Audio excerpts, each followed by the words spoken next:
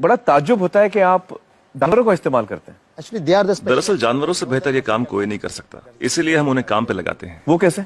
देखिए, गाय के बारे में तो हम सब जानते हैं, गाय दूध देती है, पर 4-5 बछड़े पैदा करने के बाद जब गाय दूध देना बंद कर देती है तो लोग समझते हैं कि गाय बेकार हो गई है।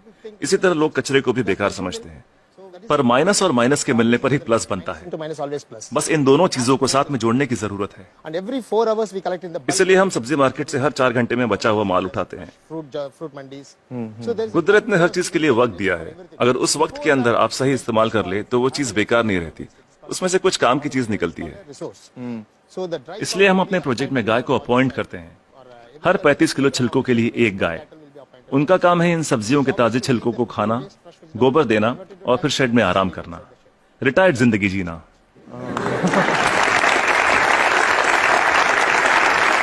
within 8 hours time. सिर्फ 8 घंटे में सारा कचरा घट के गोबर के रूप में 1/4 हो जाता है, The entire waste. और इस गोबर में काफी मात्रा में ईंधन वाली मीथेन गैस Once होती the है। dung comes out, हम तुरंत गोबर को बायोडाइजेस्टर में डाल देते हैं, इसमें से मीथेन गैस निकल जाती है और हमें बिना मीथेन के गोबर का एक घोल मिलता है। methane free cow dung slurry will come out.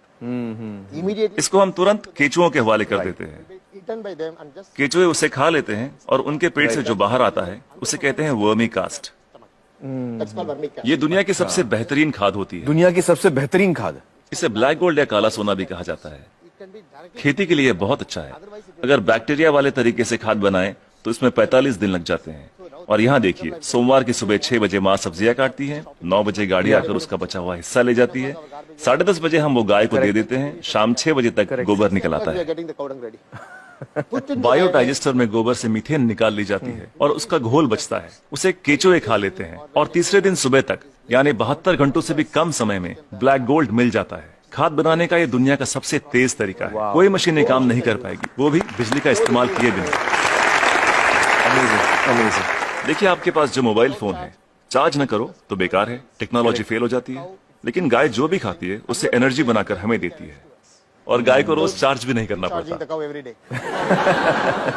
और दूसरे जानवरों का इस्तेमाल कैसे होता है? मसलन मुर्गियां क्या करती हैं?